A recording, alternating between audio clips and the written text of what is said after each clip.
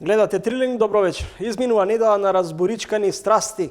Откако председател Пендаровски во Трилинг јавно кажа дека се соочил со неформални идеи за амнестија на екс-премиерот Груевски.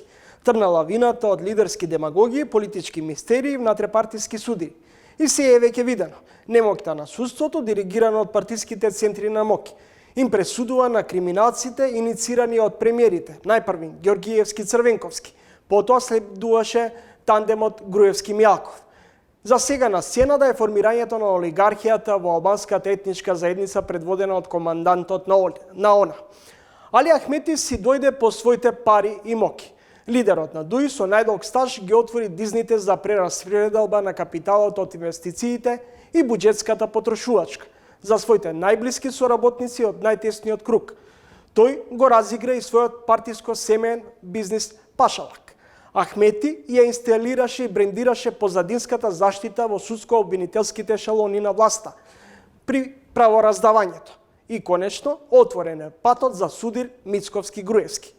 Тековниот шеф на ВМРО ДПМН беше медиумски малтретиран со прашањето кога и како ќе се ослободи од менторот Груевски. Сега, кога тоа се случува, СДСМ со благонаклонетост му заборава на поранешниот премиер Бегалец. Уште фали, Груевски врати се. Политичка пародија и Македонија и се е можно. Ова е само почеток на ново издание на Трилинг. Ајде што ќе гледате.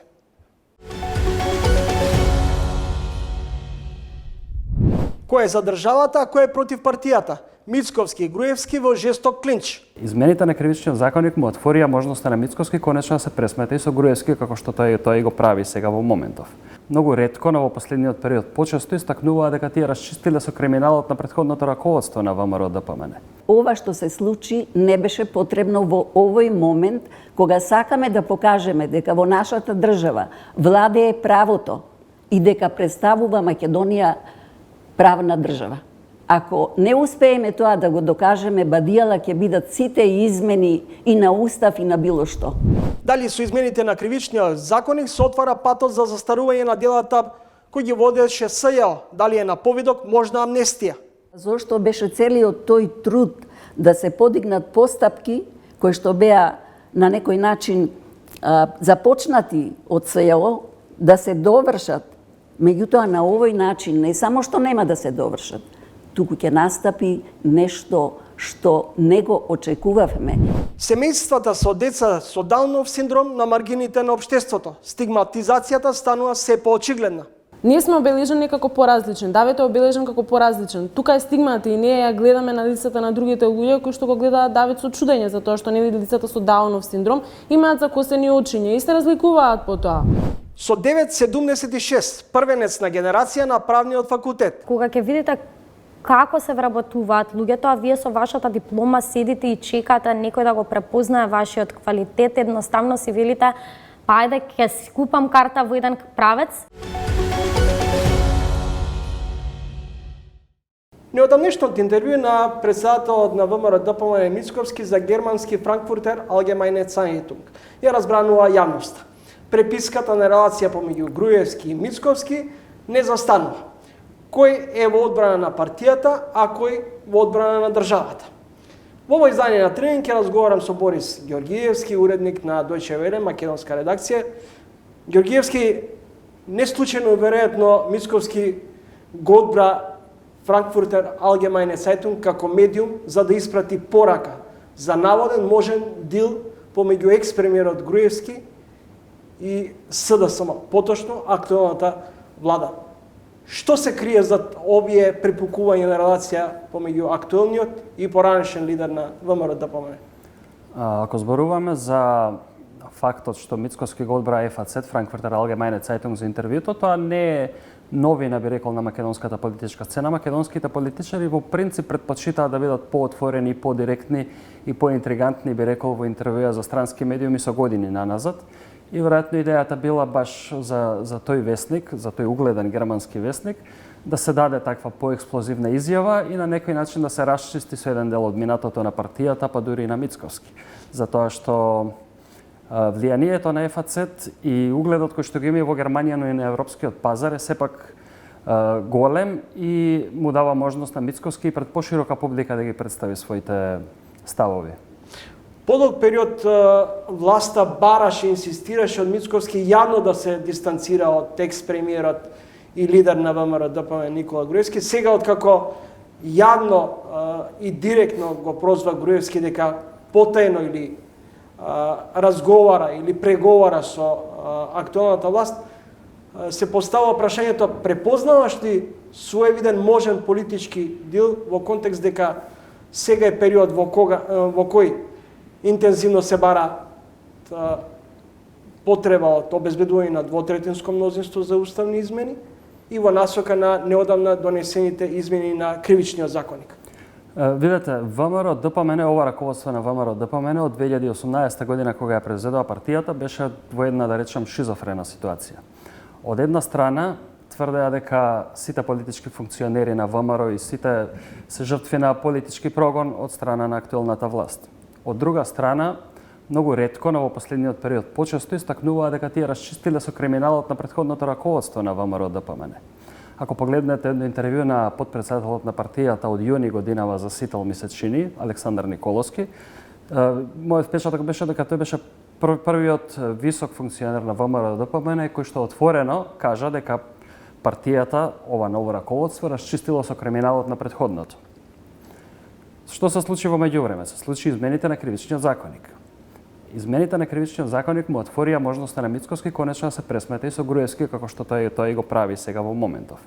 А го прави тоа затоа што измените на кривичниот законник дадоа можност, нели, да се амнестираат голем дел од тие обвинети, осомничени, па дури и осудени членови на неговата партија и да фактички станат имуни на кривичниот прогон кој што се водеше против нив. Токму тој момент измените на кривичниот законник го овозможија тоа и беа фактички отворање на вратата за овој судир меѓу Мицковски и Груевски. Препознавате ли обид за можно политичко пазарење сега помеѓу власта и екс-премиерот и дали мислите дека може навистина СДСМ и пред се оваа влада предводена од Ковачевски да му заборави на екс-премиерот Груевски за се она што се случуваше за време на неговото владење? Суштината на политиката е пазарење, дилови во сенка, дилови на отворено, разноразни договори во четири очи или како и да ги крстите се едно, така да не би се изненадил оваа власт сега во сета таа немање да ги протурка уставните измени, да се свртела и кон Груевски во обид да ги истурка во собранието, каде што нели фалат оние фамозни 8 пратеници.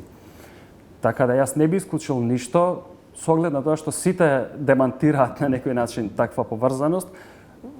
Тоа игра до некаде улога, меѓутоа факт е дека нешто за цените се случува.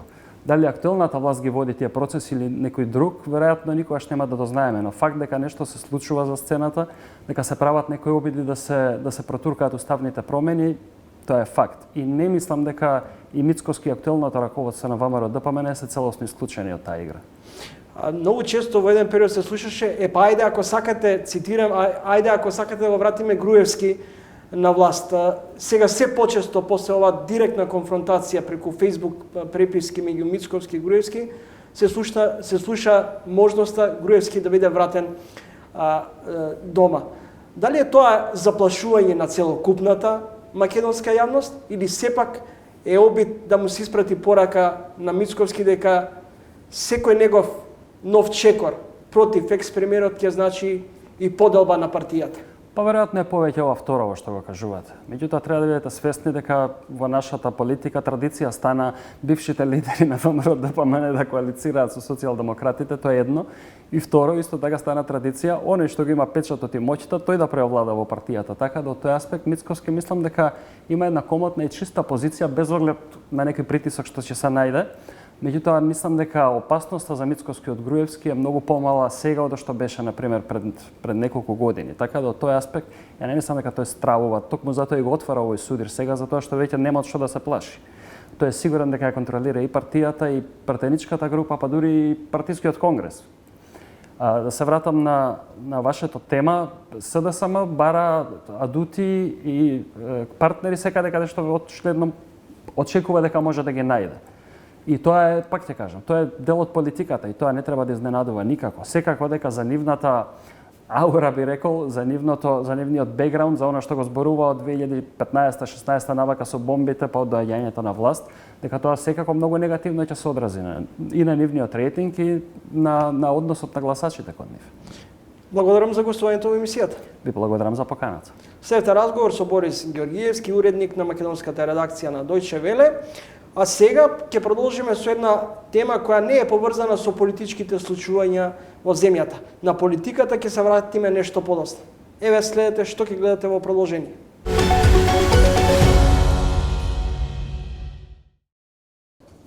Здраво. Здраво. Како се викаш? Давид.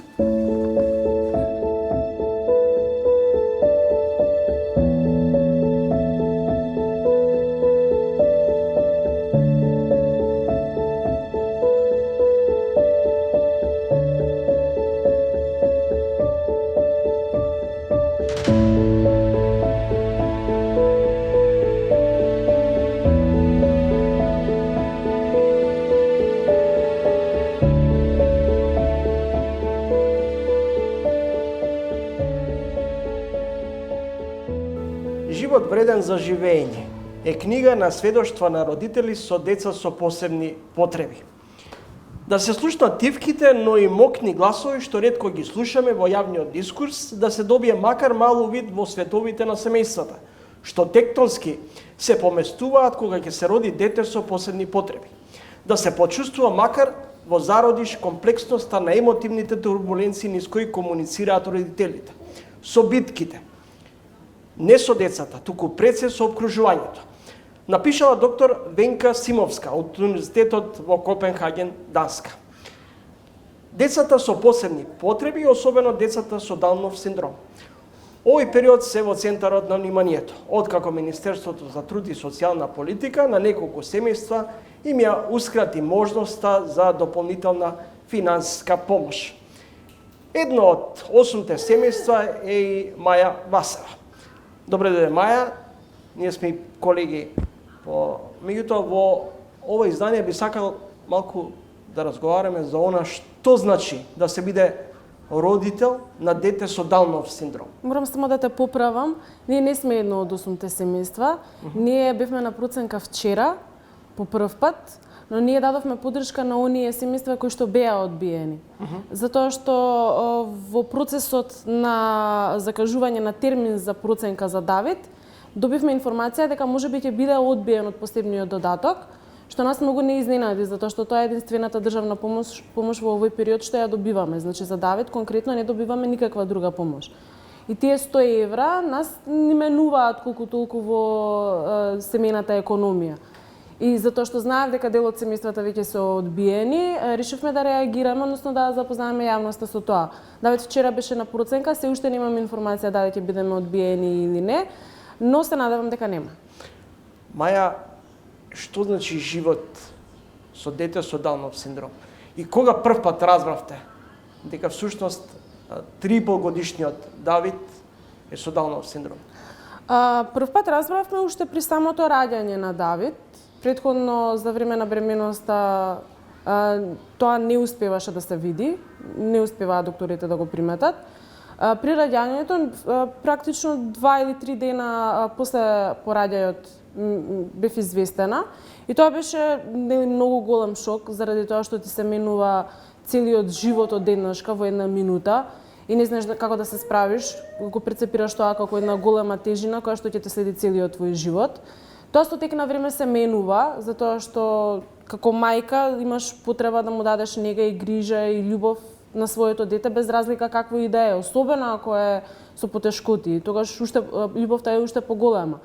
Првичниот шок сепак беше голем, а со тек на време сваќаме дека да, има потешкоти и животот со дете со попреченост, како што има потешкоти и животот со било која личност која што има психолошки или здравствени проблеми.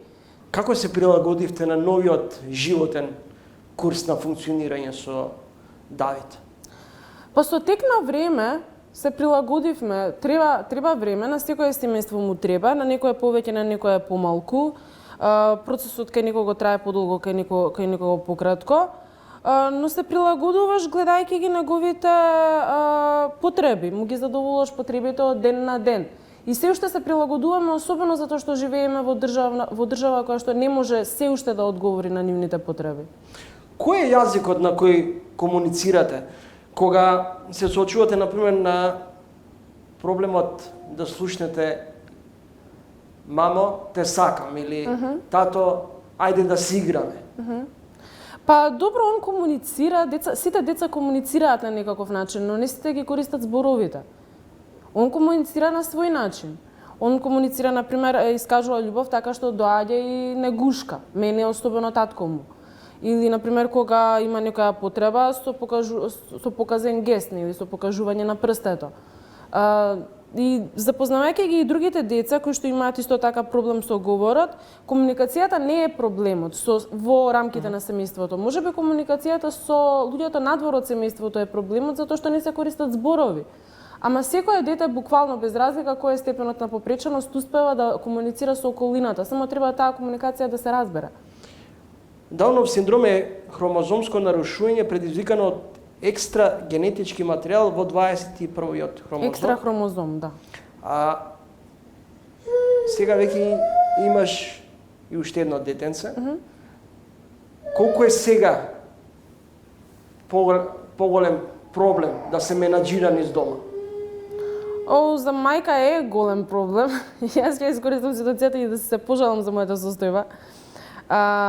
Секоја мајка ќе ме разбере, значи со едно дете лесно се менаџира според мене, со две деца малце потешко, уште потешко најверојатно со 3 или повеќе. Ама во овој период кога се мали, да, малку тешко оди тој процес. Заради тоа што и двајцата имаат потреби, и на двајцата им треба внимание. И еве јас како мајка, за жал, се уште не успевам да се вратам на работа. Малце ми трпи кариерата. Заради тоа ние жените сме малце во незавидна позиција, се уште во општествата, особено овие неразвиените. Колку македонското општество знае да се прилагоди на состојбата со лицата со посебни потреби? Па за жал последниот пример покажа дека не успева да се прилагоди, особено заради тоа што од Министерство за труд и социјала и од надлежните институции како да не ја почувствуваа потребата да реагираат, туку мора родителите да реагираат на тоа што им еускратен посебниот додаток на дел од децата. На тие деца им треба посебниот додаток. За нивниот развој им треба за семејствата за да опстојат финансиски. И со тоа што им го скратуваат, излегува дека навистина немаат слух и немаат разбирање за овие семејства и за нивните ситуации. Не успеваат да одговорат. За жал се виде тоа. Ние добиваме сега, например, информации дека за жал службите не биле информирани како да се постапува. Ама не може служба да си дозволи, особено во ваква ситуација кога финансиската помош е од неопходност за овие семејства. Не може службите и лицата кои што работат таму да си дозволат да не бидат информирани и да немаат разбирање за овие луѓе. Со процесот на стигматизација на цели семејства, кога ќе се каже да, ние сме родители на деца со посебни потреби, особено еве во случајов со Давид кој е со Даунов синдром, имаат некакви предрасуди во однос на овие. Стигмата од секој аспект е видлива. Значи, јас се случувам со стигматизација секој пат кога Давид ќе излезе од дома. Ние сме обележени како поразличен. Давид е обележен како поразличен. Тука е стигмата и ние ја гледаме на лицата на другите луѓе кои што го гледаат Давид со чудење затоа што нели лицата со Даунов синдром имаат закосени очиња и се разликуваат по тоа и ги приметуваат. Таа стигматизација, особено во овој период, се зголеми многу, особено кога највисоките функционери не застана на страната на децата, туку рекоа дека тоа што ние го зборуваме е дезинформација. Не беше дезинформација дека им ускратено правото, баш напротив, службите потврдија дека на неколку деца им е ускратено.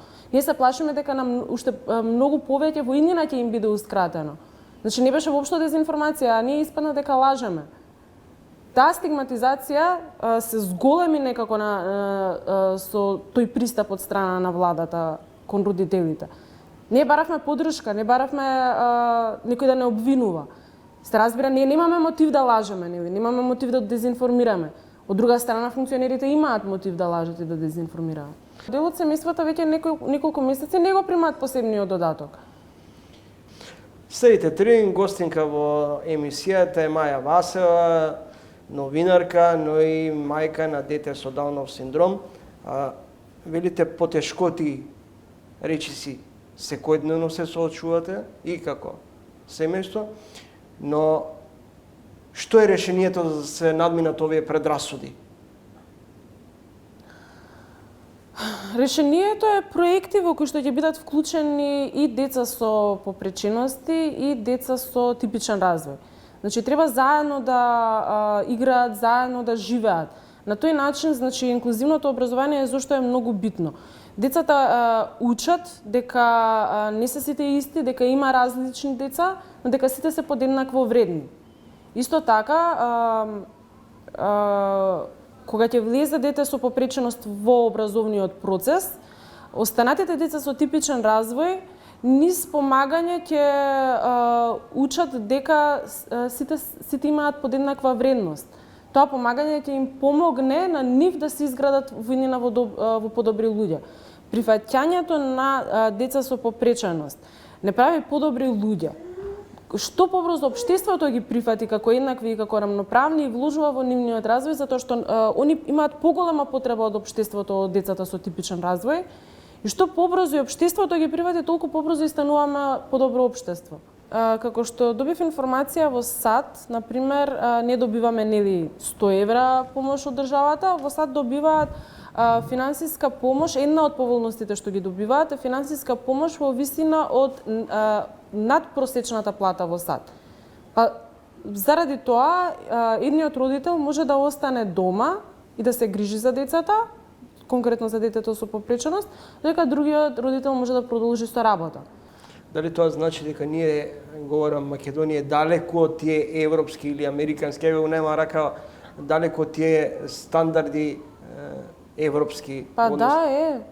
Значи, животот на дете со попреченост на семејство во Македонија е многу тежок.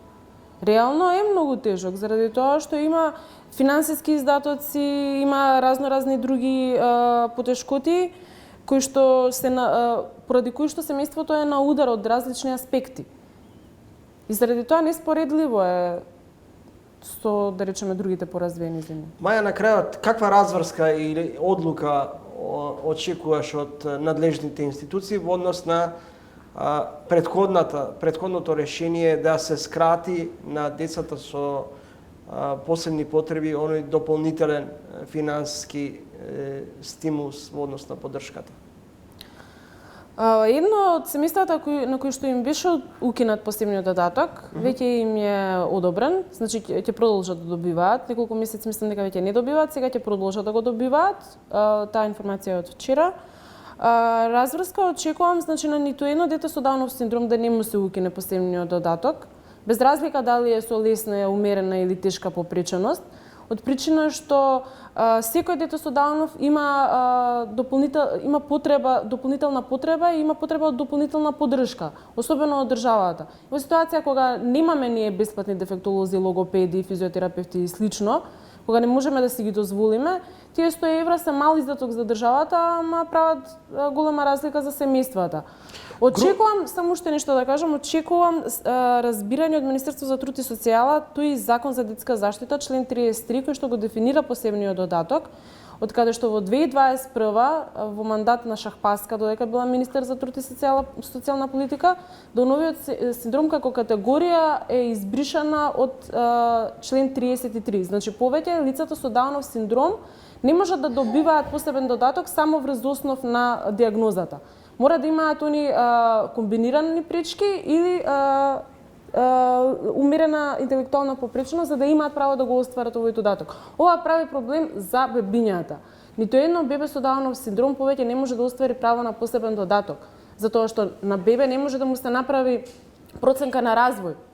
Значи тие семејства кои што виднина ќе се затекнат себе си во ситуација да родат, нели, дете со Даунов синдром, без разлика дали нели одлучуваат во текот на бременоста да продолжат бременоста или изненадно како мене ќе дознаат за време на породувањето, на тие семејства им треба поддршка.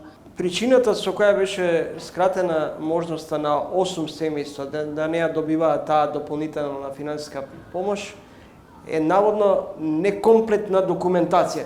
Сега јас грубо пресметав дека годишно станува зборот за околу 10.000 евра, ако се 8 семејства по 6.000 денари, толку ли државата нема слух за оваа категорија на Па деца? да, маце не чуди тоа што државата има пари за покачување на функционерските плати за 78%, а нема пари за 100 евра да им даде на 8 семејства во кои што има детенца со Даунов синдром.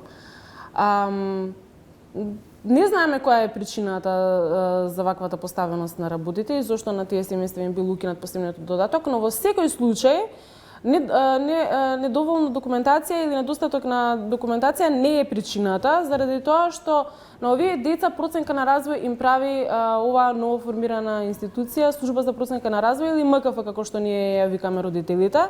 Во таа служба има дефектолог, има психолог, има логопед, има социјален работник, има лекар. Тие се тие кои што ја прават проценката. Доволно е само детето да се појави. Не знам каква документација им требало на нив, па не можеле без таа документација да донесат одлука или да мора да му укинат посебниот додаток на дете со Даунов синдром. Јас додека бев во институциите барав овие деца да се диагностицираат како комбиниран тип на попреченост. Они одбиваа да го направат тоа од службениците. Јас слушав информации дека на Дауновиот синдром повеќе не му следи посебен додаток. Такви информации слушав, како што дознавме после, никој не информира, никој не ни објасни, меѓу себе дознавме дека им се укинува само на оние деца кои што имаат лесна попреченост. Но тие исто така имаат и други попречености, имаат слаб развој на говорот или имаат слаба моторика, слаба фина моторика. Значи не е само интелектуалната попреченост, станува збор за комбиниран тип на попреченост. Маја, ти благодарам за гостувањето во емисијата. Нема проблем. Следете разговор со Маја Васа, родител на дете со Даунов синдром.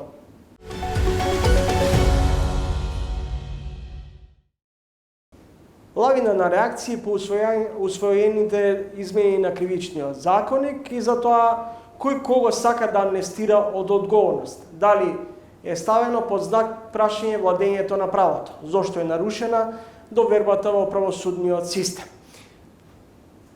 Веројатно, минато неделното гостување на председател Пендаровски во Трилинг и обелоденувањето на информацијата дека имал неформални разговори и понуди за амнестирање на екс-премиерот Груевски, создаде бура од реакции. Кој кого сака да спаси од одговорност. Во ово издание на Трилинг гостин во емисијата е Вера Коцо, поранешна судика во Врховниот суд. Господе Коцо, на почеток, како вас би изгледа оваа преписка на релација помеѓу актуелниот лидер на ВМРО Мицковски и екс-премиерот Груевски и меѓусебните обвинувања на релација власт-опозиција? Кој кого сака да заштити од криминал или да амнестира од одговорност? Јас не сум нити политичар, нити политички аналитичар и состојбите можам да ги разгледувам и евентуално да оценувам какво е влијанието на сите овие состојби врз правосудниот систем во нашата држава. Веќе имам кажано дека во изминатиот период, веќе подолго време, правосудниот систем е ставен на тапет, што е многу страшно по однос на она што значи судска власт во нашата држава.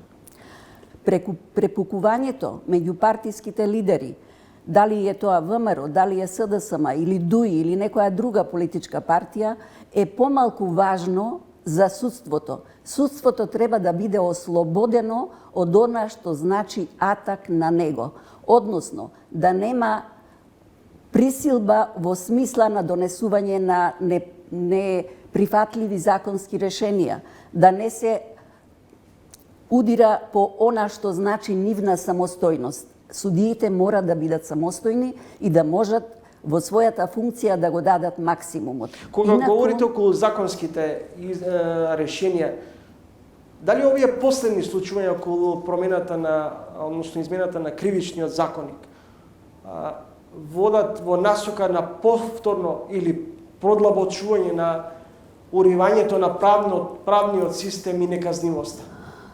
Јас како долгогодишен судија, кој што ги поминал сите судски инстанци, тргнувајќи од основниот суд, па до Врховниот суд, можам да кажам дека овие измени, последните, што се спроведоа на кривичниот законник, неприфатливо е образложението на извршната власт која го даде за потребата од овие промени.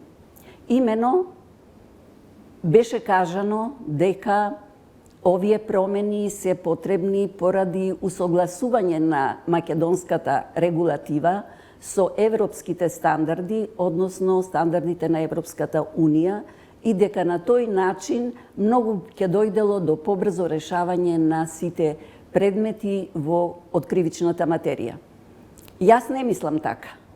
Напротив, кога се работи за измена на некој закон, прво и основно е тоа што треба да се направи, е да се направи една анализа дали овие кривични дела кои се споменуваат, злоупотреба на општествена положба, злоупотреба во постапката на јавните набавки, дали потребата од нив не е на она ниво како што била, односно дали кривичните дела веќе ги нема, опаднал нивниот пораст или на некој начин дошло до некое разрешување, нешто друго. Во секоја смисла мора да се оцени општественото значење на овие кривични дела, а со тоа и општествената опасност од истите. Јас немам впечаток дека овие кривични дела се помалку по број отколку што биле порано. Напротив, мислам дека бројот на вакви кривични дела, злоупотреба на службената положба се зголемени. И не знам зошто законодавецот се одлучи да донесе измена на кривичниот законник во овој момент, кога постојано се зборува за некаква злоупотреба, корупција во јавните набавки и слични кривични дела. Господин Коцо, и Врховниот суд, каде и вие припаѓавте, бевте дел од Врховниот суд, веднашка реагираше откако председателот Пендаровски го стави подписот на указот околу измената на кривичниот законник со прво со образложение дека го нема добиено во целост, второ дека експресно е донесен, и сега се поставува прашањето зошто мораше толку ургентно да се извршат овие измени. Прашањето што ми го поставувате остава доста сомненија во однос на брзината со која се донесоа овие измени, и Врховниот суд со право реагираше, и не само Врховниот суд, целокупната јавност со исклучок на мал број беа за тоа дека овие измени се избрзани и најверојатно зад нив стои некаква друга потреба на законодавната или извршната власт за спроведување на некои своји цели. Дали тука можеби препознавате своевиден политички дел, имајќи во предвид дека овие измени доаѓаат или коинцидираат во време кога се очекува или се прават обиди да се усвојат уставните измени, а се во насока на обезбедување на потребното мнозинство во парламентот. Па сите согледувања на одредени експерти или од граѓанскиот сектор укажуваат во таа насока. Јас не можам да кажам дали е тоа така или не е така, бидејќи не можам да извршам анализа на сите состојби. Меѓутоа, како и да е, ова што се случи не беше потребно во овој момент, кога сакаме да покажеме дека во нашата држава владее правото и дека представува Македонија правна држава. Ако не успееме тоа да го докажеме, бадијала ќе бидат сите измени и на устав и на било што.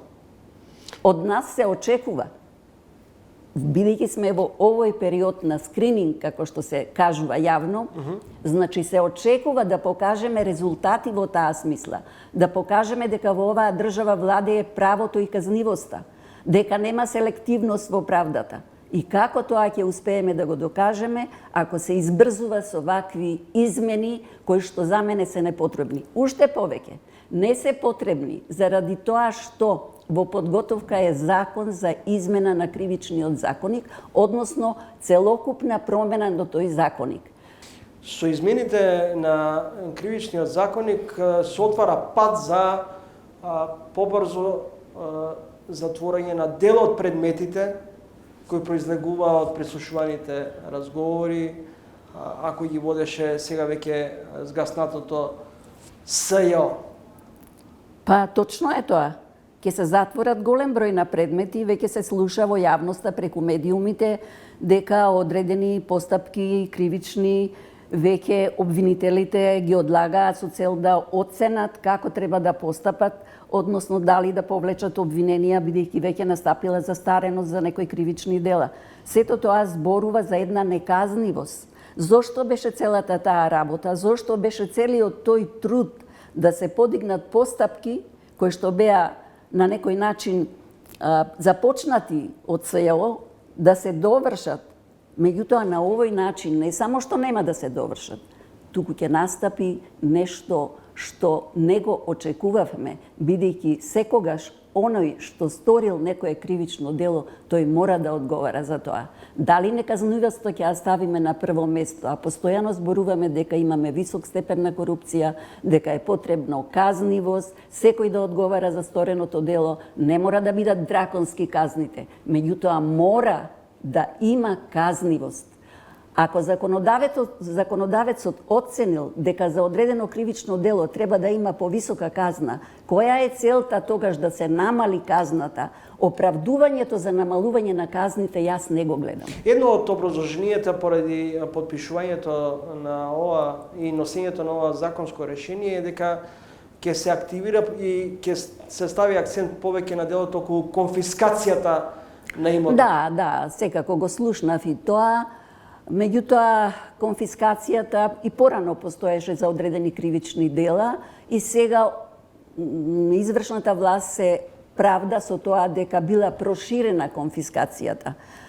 Меѓутоа, во досегашниот изминат период постоеше конфискација. Прашањето е колку таа исправно се спроведуваше од судската власт е друго прашање. Но дали во овој случај ќе имаме услови за таква една конфискација кои што ќе се разликуваат од поранешните услови? Не мислам дека е така. Оној што сгрешил, односно што се трудел со кривично дејствие да се стекне со некој недозволен имот, богатство, можеше и порано да му биде одземено. И сега ќе може да биде одземено. Сега велат проширувањето е на неговите блиски, роднини и така натаму. Па и порано можеше, ако се најде кај се наоѓа имотот, можеше да биде конфискуван. Не е причината, конфискацијата, проширената, како што они велат, проширената конфискација, не е причина за донесување на вакви измени. За овие измени, затоа јавноста реагира и се сомнева дека за тоа постои нешто друго. Што е тоа? Ќе видиме. Господин Коцо, и Вашингтон и Брисел реагира, речиси, со идентичен тон дека ова не е во насока на градење или создавање на правна сигурност во државата. Дали со ова се девастира целиот правен систем? Апсолутно се девастира. Ова представува на некој начин упад во правосудниот систем. И она што Вашингтон и Брисел реагираат, тоа е една работа, меѓутоа вие се сеќавате дека пред многу кусо време сите амбасадори на странски држави што се наоѓаат во нашата земја реагираа на сите овие случувања. Оценија дека во судскиот систем не се работите онака какви што треба да бидат. Поради тоа сметам дека не треба да се брза со она што представува право, односно правна држава и владење на правото. Нели сакаме да одиме во Европска Унија? Ако не го осигураме системот на тој начин, тешко ќе можеме да поминеме.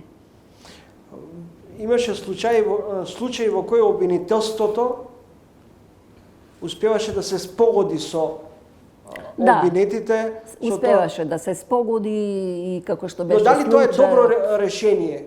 Ако не умееме да донесеме сега, видите, измените кои што беа направени во кривичната материја, односно по однос на спогодувањето со обвинителството уште,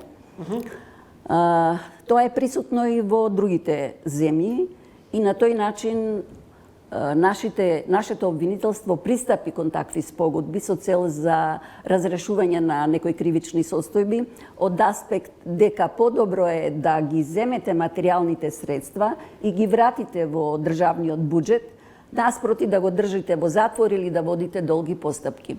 Има некое оправдување во тоа, меѓутоа прашањето е дали до крај се спроведуваат ваквите конфискации, односно враќање на имотот во државата, уште повеќе што последните случувања укажуваат, односно некои анализи во однос на тие конфискации направени, кажуваат дека не баш целиот имот, односно не голем дел од имотот е конфискуван. Што значи тоа?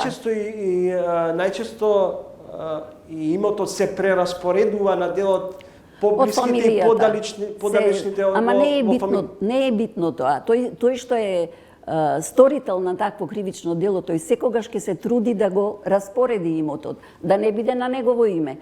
Па имаме во изминатиот период полно укажувања дека одреден имот, да не ги споменувам сите тие сторители по име, дека одреден имот бил пренесуван на други лица, на фамилијата, на мајки, на синови и така натаму. Што значи тоа?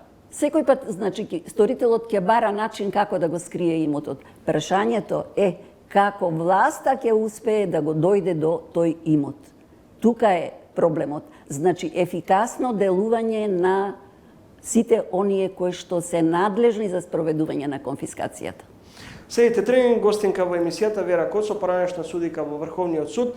Господја Коцо, работата на судскиот совет е постојано под диоптрија на јавноста. Европска мисија ќе оценува работата на судскиот совет кој разрешува и именува суди по низата скандали при функционирањето на ова тело. Што е решението според вас во однос на начинот како да функционира ова тело?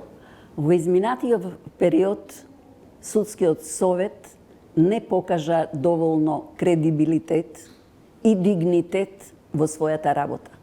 Многу беше страшно она што се случуваше во поглед на избор, односно смена на председатели, избор на членови и така натаму. Знаете дека на кој начин беше разрешена едната председателка, односно си даде оставка без образложение, што за мене е неприфатливо. Потоа другата ја смени нејзиниот заменик, исто така промптно, од кои причини тој знае, меѓутоа сето тоа јавноста што го гледа може да се посомнева дека тоа влијание од друга страна, односно политичко влијание, да се смени некој член на судскиот совет или односно председателот во дадениот случај. За мене е неприфатливо такво сменување, бидејќи се граничи со беззаконие. Јас реков веќе во едно мое интервју дека се работи за аномичен настан, значи незаконски, беззаконски настан. Нема такво нешто заменикот председател да го земе председавањето со седницата во нејзино присуство и наеднаш да пристапи кон гласање, односно барање на членовите да гласаат за нејзино сменување. Што значи тоа? Дали се наоѓаме на дивиот запад, кај што можело такво нешто да се случи? Па нели сме правна држава, нели сме во Европа, мораме да се движиме според европските стандарди. Мораме да внимаваме на тие работи, особено судската власт, а судскиот совет е самостоен и независен судски орган кој се грижи за самостојноста и независноста на судската власт. Како ќе ја обезбеди независноста на судската власт на овој начин кога самиот тој покажува дека е зависен од некого? Што значи сето тоа? За мене тоа е неприфатливо. Каде го гледате решението? Па решението се наметнуваше некако само по себе. Кога настанаа сите овие случувања во судскиот совет, имаше повик од граѓанскиот сектор и од некои други субјекти дека треба да се разреши тој судски совет целосно, да си дадат оставка. Но што се случи? Дадоа оставка само 20 судии, се повлекоа и навистина е тоа за поздравување, Меѓутоа, останатите наедноставно држеа тајни состаноци на кои што успеа некако да дојдат до некоја консолидација, но и таа консолидација јас оценувам дека беше под влијание на некои личности од судската фела. Недозволено е такво нешто.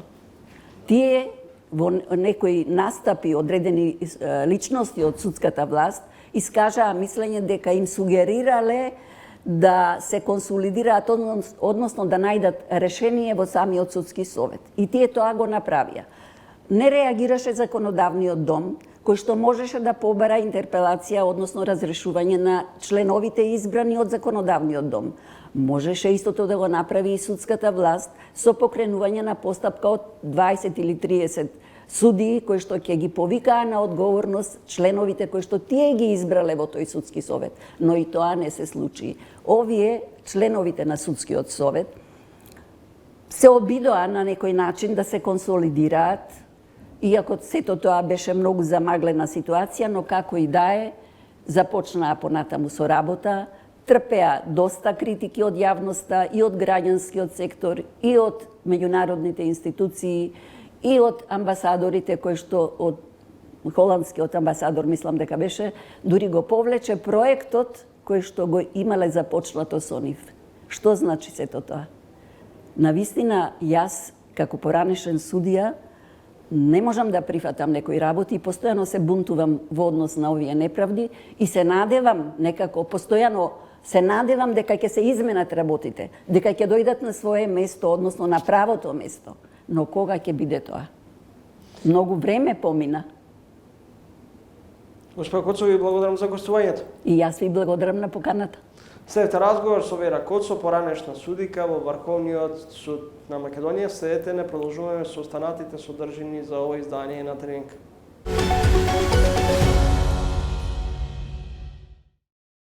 А во продолжение, следната соговорничка и гостинка во емисијата е Зорана Антовска, првенец на генерација на Правниот факултет 2021-2022. Правните студии, односно политичките студии на Правниот факултет ги завршила со просек 9,76. Завршувате на Правниот факултет во време во кое правото се проблематизира. Во каква правна држава очекувате и сакате да живеете? Па, не знам од каде да почнам. Пред се, ако почнеме од тоа дека зборуваме 32 години за независна република, сме далеку од независни. Дали во оваа држава, каде што сме далеку од независни, навистина може да имаме и право, и правен систем. Некако сметам дека независноста почнува од индивидуално ниво, па потоа целиме кон колективната индивидуалност на државата, и некако сметам дека постојано се виктимизираме од страна на другите. Никогаш не сакаме вината да си ја префрлиме на самите нас и самите да одговараме за она што ни се случува. Така што, можеби за во иднина би сакала да зборувам за малку по независен пристап нели на правото овде кај нас, некако сите ние да си ја земеме вината на нашите плеки и да си одговараме за она кое што ни се случува. Некако сметам дека за целата ситуација во која што се наоѓаме постојано или се обвинуваме партиите меѓу себе, или се обвинуваат нели постојано одредени луѓе, а никој не сака да си ја земе па дури ни од народот вината во самите себе. Ако зборуваме еве за непотизам и за корупција, самите од индивидуално ниво ние ја поттикнуваме таа корупција и тој непотизам. Значи, доколку сакаме навистина да видиме дека работите се менуваат, можеби треба конечно после 32 години да започнеме тоа да го менуваме од самите нас. Како изгледаат политичките процеси кои во држава се течат како на филмска лента? Па некако, знаете како, сметам дека тоа многу често го кажувам дека она кое што ние го учиме како политиколози на Правниот факултет и она што се случува во реалноста е навистина многу различно. И сметам дека едноставно работите, народот не е многу навикнат на брзи промени, како што нашите политичари сакаат да се одвиваат и едноставно нема доволен период за адаптација на промените кои што ги посакуваме во политичките процеси. Меѓутоа, исто така сметам дека она кое што се случува кај нас, еве можеме да видиме тоа и со законите кои што се носат, меѓутоа и со самите нели чекори кои што политичките партии ги превземаат, дека чекорите се земаат само доколку одговараат на двете страни. Ние немаме чекори кои што се превзимаат за одговараат, значи тоа е заблуда во која што живееме ние дека некои одредени закони или политички процеси одговараат само на едната елита. Кај нас, за жал, во овие 32 години можеме да заклучиме дека се што се презима како чекор мора да е претходно во консензус со двете наши најголеми политички партии, со двете страни, така што мислам дека тоа е најголемата заблуда во која што живееме. Пред само неколку денови, еден ваш колега од правниот факултет, после усвојувањето на законските, односно измените на кривичниот законник, си ја скина дипломата од правниот факултет, велики дека не ми е потребна оваа диплома. За да имаме помалку такви колеги кои што едноставно ќе се осудат да си ги скинат своите дипломи, треба младите луѓе да останат овде и да дадат поголем инпут во тоа да се подобри оваа ситуација. Така што исто така многу нешто кое што ми е интересно е дека секогаш ние немаме она што го нарекуваме активна политичка јавност. Кај нас младите се или апатични или се партиски внесени во целиот процес и ние ја немаме онаа критичка маса која што недостасува за токму оваа ситуација да се подобри. Зошто кај младата популација владее аполитичност? Мислам дека повторно тука проблемот се јавува од многу различни страни, затоа што пред се зошто да бидеме активни во политиката кога сакаме од овде да си заминеме затоа што овдека не гледаме просперитет за работа.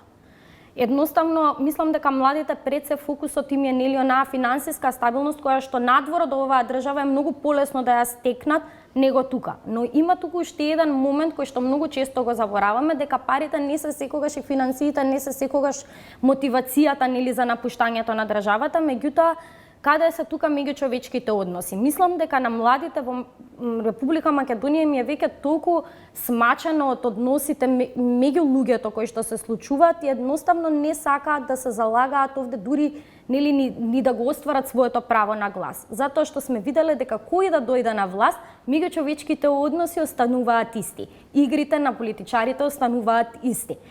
Едноставно, кога ќе забележите дека во изминатите 30 години нема некои многу поголеми промени, мислам дека на младите им е најлесно да си ги спакуваат куферите и да си заминат надвор, нели со цел да живеат малку подобар живот, каде што пред се ќе бидат и повеќе почитувани, повеќе ценети, а не само финансиски постабилни. Антовска, во моментов сте демонстратор на правниот факултет, ве прашав има ли шанси да бидете дел од правниот факултет и секогаш се зависи од тоа дали државата ќе издвои буџет за нови кадри и помладување на факултетот на кој во моментов сте демонстратор. Но оно што забележувам дека речиси секаде, а пред се на правниот факултет е опаднат интересот за студирање. Да, за жал во изминатите неколку години бројот на запишани студенти, особено нели на политички науки, новинарство и односи со јавноста е многу опаднат. Тоа не... На што се должи таа негативна тенденција? Мислам дека тука не игра улога само нели предиспозициите на факултетот, затоа што сметам дека на правниот факултет постојат се уште многу добри професори кои што навистина сакаат да го предадат своето знаење, меѓутоа јас тука го обвинувам можеби најмногу македонското општество кое што постојано налага во јавниот дискурс дека младите треба да се насочат кон одредени науки. И постојано општествените науки се дискриминирани и дискредитирани. И едноставно кај младите се ствара таа перцепција дека тие доколку отидат на правни науки или додека отидат на политички науки и новинарство, едноставно нема да успеат. Така што можеби да, делумно се уште постои некоја погрешна перцепција за правниот факултет поради самите случувања кои што се случувале во минатото.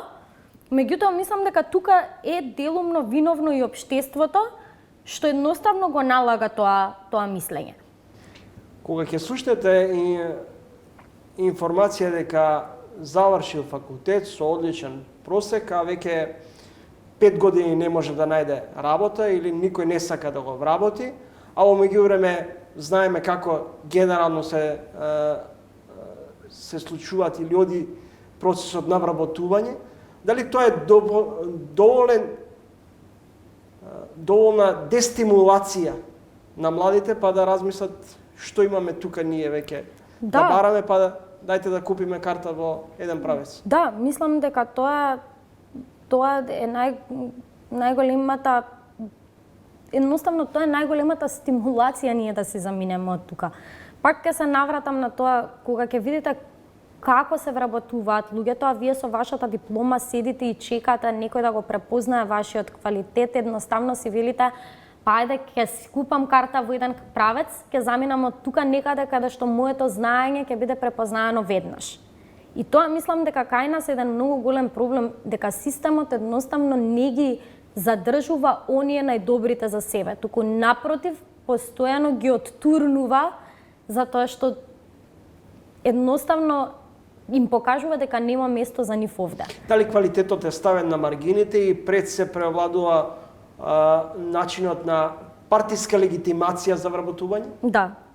Затоа искрено, иако сум со политички науки, иако дипломирав на политички науки, можеби за многу луѓе ќе биде нормално да кажам дека дури и тоа е до некаде разбирливо, за мене лично како млад човек не е разбирливо, затоа што да, квалитетот е ставен на маргините, а партиската припадност е приоритетот кој што го има во целата наша држава. За вработување, дефинитивно сметам дека ако сакаме ние државно да се вработиме тука, како што е со дел од општествените науки, на вистина, тоа ни е опцијата да останеме тука, да ги подобриме државните институции. Меѓутоа, не сметам дека секој од нас треба да биде припадник на одредена политичка партија за да можеме да се вработиме. Едноставно, мислам дека конечно треба малку повеќе да се фокусираме на квалитетот. Благодарам за гостувањето во емисијата. Ви благодарам за поканата. Следете разговор со Зорана Антоновска, првенецна генерација на Правниот факултет во Скопје, Јустинијан I.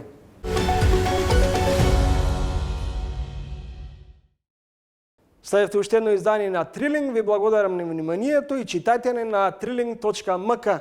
Следете не идниот петок во исто време, 20 часот и 45 минути. До тогаш, довидување од мене.